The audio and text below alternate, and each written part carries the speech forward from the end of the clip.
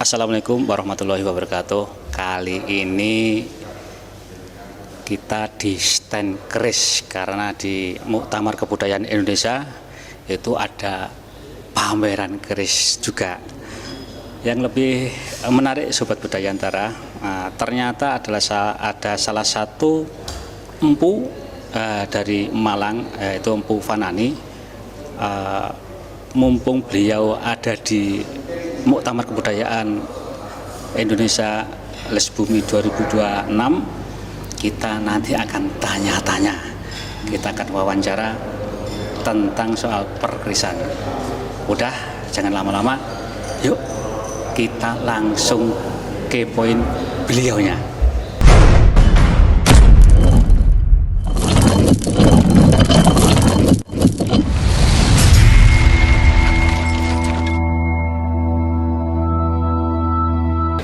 Sobat Budayantara, lah ini beliau sudah hadir di sini.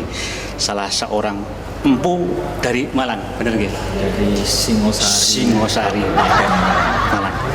Untuk lebih jelasnya siapa beliau, karyanya apa aja, kita langsung aja tanya-tanya. Ini Nama lengkapnya? nama lengkapnya Zainal Fanani.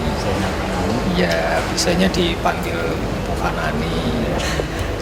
Ya, karena aktivitas sehari-hari itu menekuni dunia tosan aji, wesi aji, keris pusaka dan sejenisnya, maka orang-orang itu memanggil saya sebagai empu. Ngomong-ngomong, Empu Fanani itu dulu belajarnya di mana sih dan berapa lama, terus kenapa tiba-tiba langsung gandrung ke dunia tosan aji itu, kalau boleh diceritakan? Banyak sekali sebetulnya kalau yang dikatakan guru-guru wesi, ada guru-guru filosofi wesi.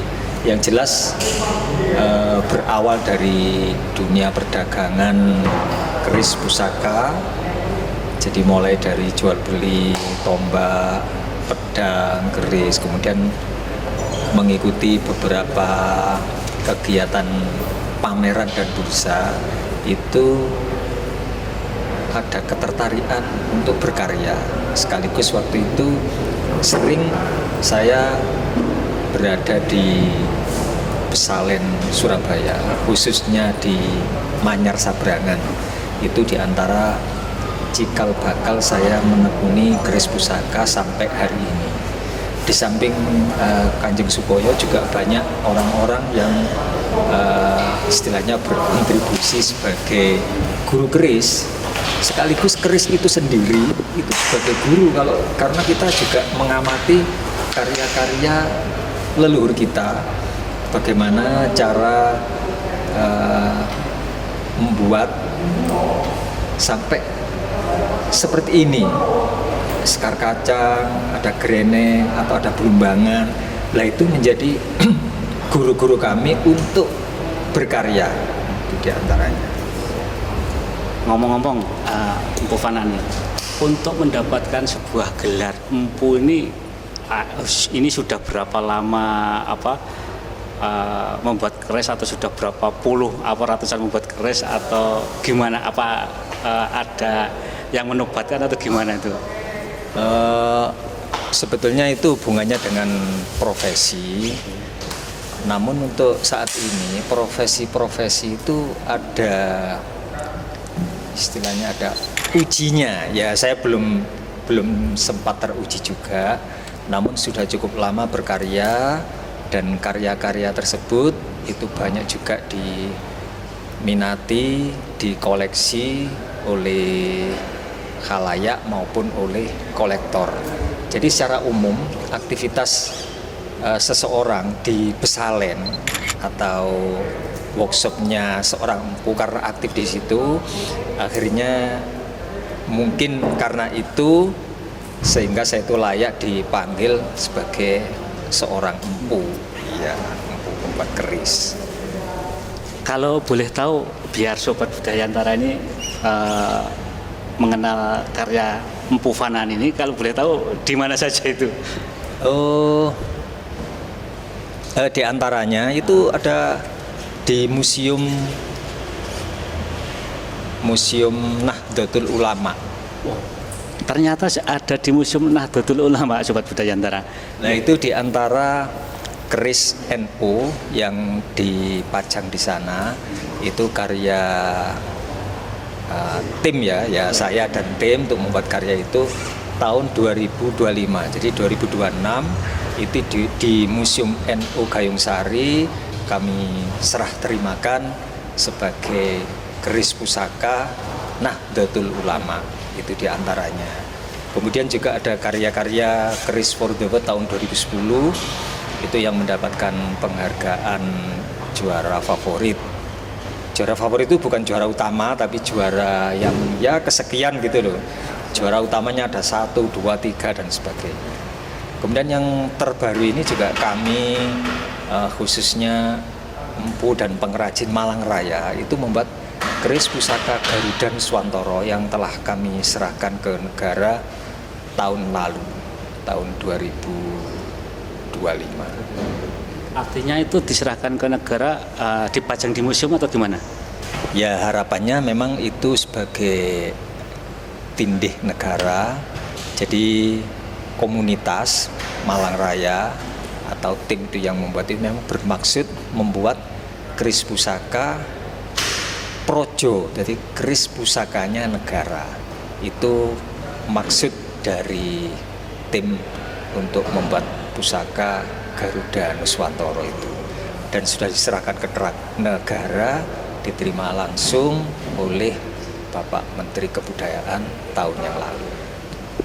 Menarik Sobat Budayantara, ternyata beliau sudah menyerahkan keris Garuda Nuswantara ke Kementerian Kebudayaan Bapak Fadlizon.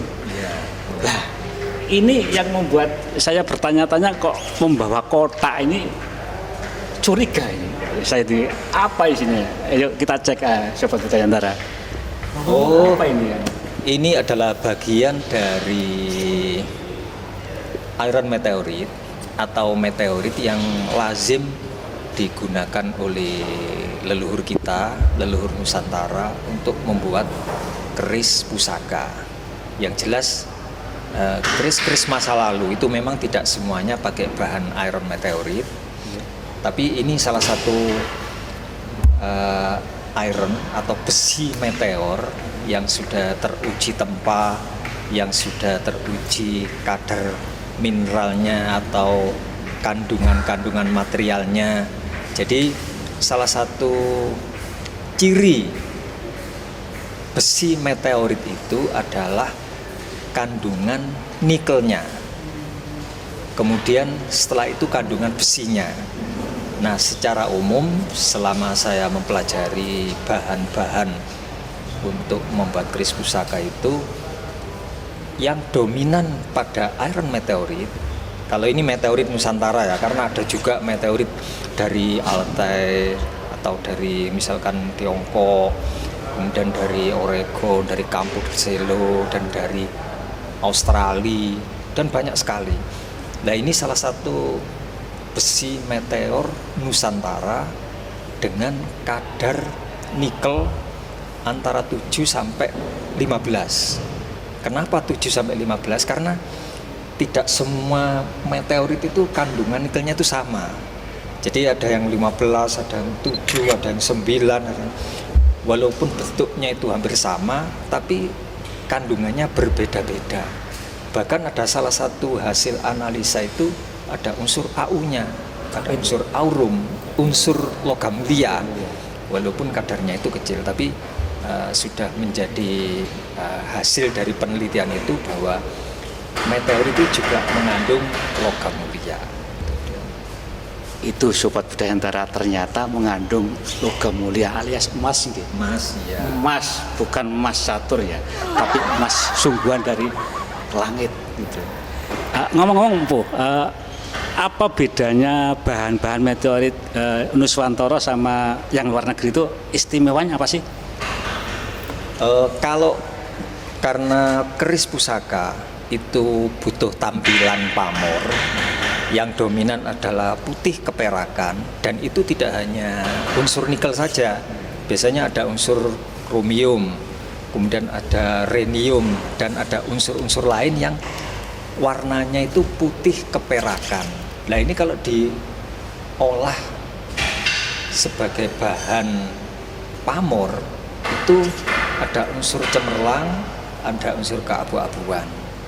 Nah, menurut pengalaman saya, ketika mengolah kapselo, ketika mengolah altai, itu tergantung kadar nikelnya. Walaupun Campo de Selo kalau yang diolah itu kadar nikelnya kecil, unsur logam ferrumnya itu tinggi, otomatis tampilannya itu agak redup-redup keabu-abuan. Termasuk altai itu mungkin ya tidak semuanya. Ketika yang saya lihat hasil dari lipatan-lipatan itu, ternyata tampilannya itu tidak sebagus meteorit Nusantara. Itu pun juga tidak semuanya meteorit Nusantara itu seperti yang saya sampaikan. Jadi meteorit di seluruh dunia itu ada kesamaan-kesamaan dan ada perbedaan-perbedaan baik bentuk maupun kadar mineralnya. Ngomong-ngomong, untuk bahan mineral selain meteorit ini kalau di Nusantara yang paling bagus dari daerah mana? Oh, selama ini yang sudah masyhur ya itu dari Sulawesi, dari daerah Luwu. Itu sudah, ya saya belum pernah ke sana juga, tapi menurut informasi teman-teman kita bahwa masa lalu itu banyak sekali juga ditemukan bahan-bahan untuk membuat pamor itu dari sana. Dan ketika saya membuat konten tentang meteorit, itu di antara teman atau ya sahabat dari Sulawesi itu mengatakan, di daerah sini banyak Pak itu. Nah, itu kita juga banyak bersyukur bahwa Nusantara ini luar biasa. Banyak sekali meteorit yang tersedia atau jatuh dan itu diketahui. Kan sayang kalau ada jatuh tapi kita tidak tahu, lah itu kan sayang. Makanya saya juga istilahnya menyarankan, menghimbau kepada teman-teman, baik itu nekuni dunia wesi haji maupun tidak, itu pelajarilah metalurgi dan pelajarilah yang lainnya juga. Menarik sekali nih. Nah, kita sebagai generasi muda ini kan taunya empu itu kan di film-film tuh. Nah, biasanya kalau empu di film-film itu kalau mau buat keris harus puasa dulu berapa tahun atau berapa bulan, atau harus ada ritual-ritual tertentu. Nah, sekarang di zamannya yang modern ini, empu ini kalau membuat keris gimana? Apa ada ritual-ritual khusus atau gimana? Sebetulnya lazim ya. Jadi bagi mereka-mereka yang punya tujuan yang khusus, punya mau mengerjakan sesuatu yang besar, itu secara otomatis perlu perenungan, perlu persiapan, perlu ketenangan, apalagi rencana mau berdoa kepada Yang Maha Kuasa, memohon petunjuk, memohon bimbingan. Itu sebetulnya sampai hari ini pun itu tetap ada ritual-ritual, walaupun tidak sama persis seperti yang diceritakan atau yang dikisahkan di film-film tersebut. Kalau entertainment memang harus ekstra seperti itu, karena ya kalau tidak ekstra kan yang melihat kan cuma gitu-gitu aja kan gitu. Jadi sebetulnya tirakat itu memang sangat diperlukan ketika akan membuat sebuah karya. Lebih-lebih karya tersebut itu memang diharapkan manfaati, migunani pada sesuatu yang cakupannya lebih luas. Jadi selain dari kadang keris pusaka itu untuk pribadi, ada keris pusaka yang sifatnya itu komunitas atau bahkan untuk negara.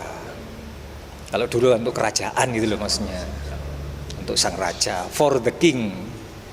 Ternyata sama saja, tapi mungkin ritualnya eh, berbeda gitu ya. Terus gini, Bu Fanani, apa itu dalam membuat keris itu yang jenengan alami berapa lama? Atau mungkin 2-3 hari atau kadang-kadang bertahun-tahun atau gimana itu? Berkarya atau reka cipta membuat keris pusaka itu kurun waktunya itu kurang lebih 40 hari. Itu yang umum atau yang standar. Ketika keris pusaka itu lebih sederhana, bahannya juga lebih sedikit, kemudian tidak mengutamakan bentuk dan pamor yang khusus, maka pekerjaan itu akan lebih cepat. Tapi ketika ada tambahan-tambahan material khusus, kemudian bentuk-bentuk tertentu, ornamen tertentu, bahkan tinata, maka secara otomatis ada ritme pekerjaan tambahan untuk detail-detail tersebut. Bahkan cukup lama karena dikerjakan lintas ilmu. Oh ini ahli pandainya, kemudian oh ini ahli ngelarasnya, ini ahli membuat sekar kacangnya. Kalau saya misalkan kurang ada orang ahli yang ini sampean bagian ricikan ya. Nah, misalkan seperti itu. Jadi semakin banyak ornamen dan rencana besar pada keris pusaka itu, semakin lama pembuatan keris pusaka tersebut. Jadi Sobat Budaya Antara butuh tim, bukan Superman, super tim ternyata di ranah metalurgi itu ternyata membutuhkan super tim, bukan Superman ya. Lah, ini menarik. Untuk seorang empu sendiri, sekarang itu untuk mengenalkan keris itu juga lewat teknologi nggak sih? Mulai media sosial atau gimana atau enggak itu? Saya pengen tahu ini. Iya, banyak cara sebetulnya. Itu juga tergantung dari lingkungan, tergantung dari rekanan atau persahabatan. Jadi yang dimaksudkan itu untuk mengenalkan sebuah keris ke halayak umum, iya. Atau bahkan sasarannya ke gadget ke bawah itu. Iya, memang itu perlu kerjasama atau perpaduan dari bisa juga lintas sektoral atau bisa juga lintas paguyuban, karena atau bahkan perlu ada hubungan dengan dinas yang penentu kebijakan itu, karena mereka punya wewenang, sedangkan empu pengrajin itu kan berkarya.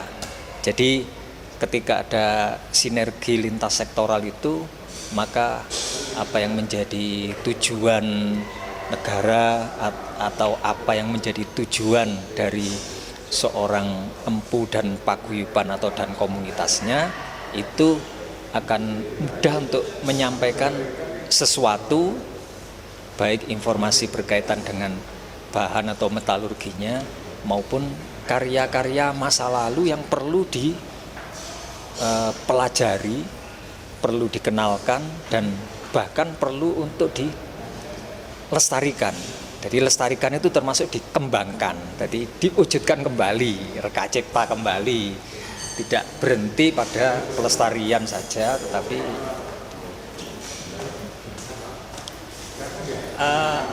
Bu Fanani, untuk apakah ada seseorang yang request ini buatkan lagi keris yang lebih cantik, tapi bahannya dari keris yang dulu itu, apa pernah mengalami seperti itu ya, Bu? Oh, maksudnya daur ulang. Itu memang kami pun itu sering melakukan aktivitas memilih bahan campuran-campuran, misalkan besi-besi penemuan, itu banyak sekali kita dapatkan. Kemudian wesiaji yang bisa dikatakan rusak, itu sering kami olah kembali. Adapun kalau seseorang punya keris yang kondisi masih utuh dan tidak bahkan tidak ada cacatnya, itu kalau saya menyarankan sebaiknya Bapak tidak perlu ngerempos atau menyambur. Tapi kalau ada tujuan khusus dan istilahnya mendesak, lah itu kami kami persilakan. Tapi kalau ada bahan lain atau tosan aji lain yang bisa dipakai selain yang masih kondisi utuh, itu sebaiknya pakai yang lain. Karena kenapa? Karena yang masih utuh itu punya sejarah tersendiri, punya kepemilikan tersendiri pada yang nyambung pada leluhur-leluhur. Apalagi kalau itu ada silsilahnya atau ada catatannya, maka itu sayang sekali kalau keris-keris yang kondisi bagus dan utuh itu dihancurkan. Kan masih banyak yang lain, itu loh maksudnya.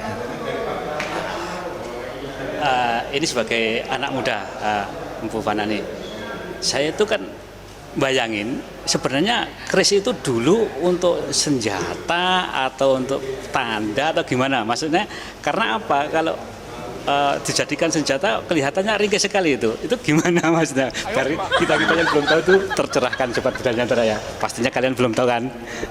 Kalau secara umum yang namanya wesi aji atau tosan aji ya, itu adalah senjata jarak dekat, itu secara umum.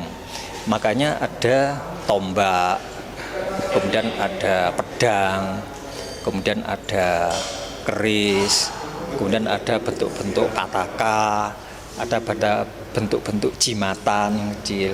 Itu masing-masing itu punya fungsi-fungsi yang secara umum itu tidak hanya perang jarak dekat, tapi unsur-unsur filosofi. Tapi yang jelas memang ada juga keris-keris pusaka yang digunakan untuk membunuh, itu memang ada sejarahnya. Jadi bukan berarti keris yang ketok lemir itu tidak bisa untuk membunuh.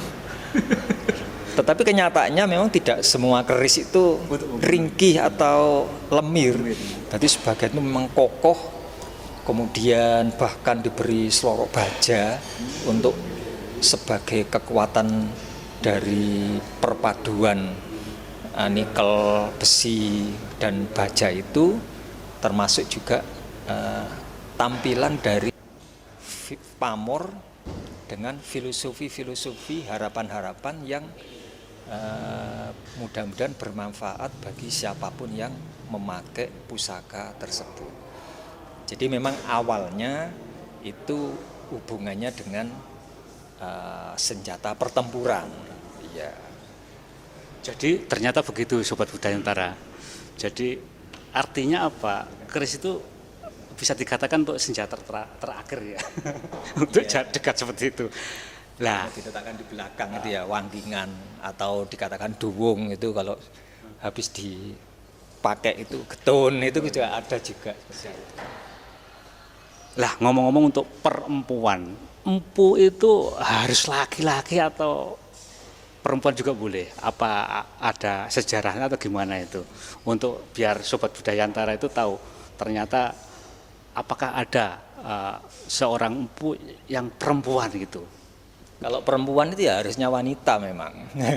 Tapi kalau perempuan itu menurut sejarah-sejarah memang disebutkan ada empu-empu wanita yang berkarya dan sampai hari ini dikenal, diantaranya ada Nyi Sumbro, kemudian juga ada empu-empu lain yang tentunya tidak diketahui.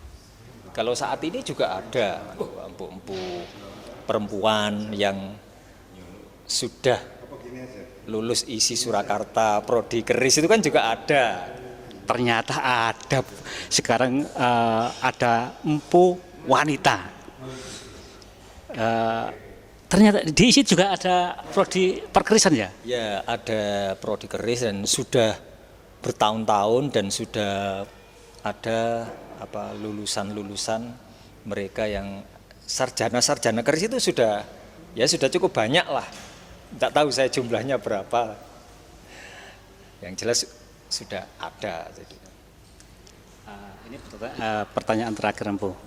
Gimana harapan dan pesan-pesan untuk generasi muda tentang perkerisan ini?